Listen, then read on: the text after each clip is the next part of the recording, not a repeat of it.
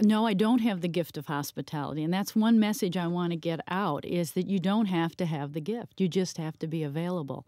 The home I grew up in was what I would call a nominal Christian home, and you went to church because good people did. My dad was a retired Army colonel, and so my parents knew how to entertain and to have people in and to do it with style, and their goal was to impress. Come over and let me show you, what a nice party I can put on.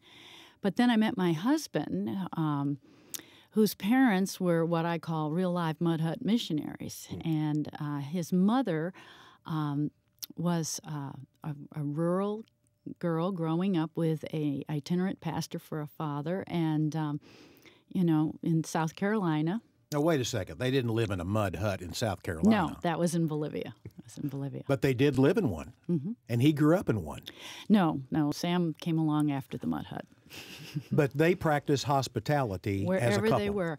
And when I first became aware of my mother-in-law and my father-in-law's hospitality, of course, the first time I met them, I came in and she dropped everything she was doing and rushed to the door like I was an old lost friend and hugged on me and said, "Oh, my dear, I declare," and then started just loving on me. And then we would go to Raise Our Support and Crusade. We go to churches and we speak, and I would run into people at conferences that knew Sam's mom and dad. And wherever I went, they just raved about Joe and Elizabeth McCullough. And I thought, well, what is it about this couple that wherever I go, people rave about them? And so I began to observe them, and I began to observe her and how she operated in her home and how her gracious Southern hospitality was truly a ministry. So what is hospitality?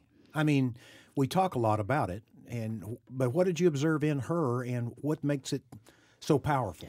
Well, too many times, and this is true in Washington, people entertain. And when you come over, everything's perfect, and you feel a little on edge even.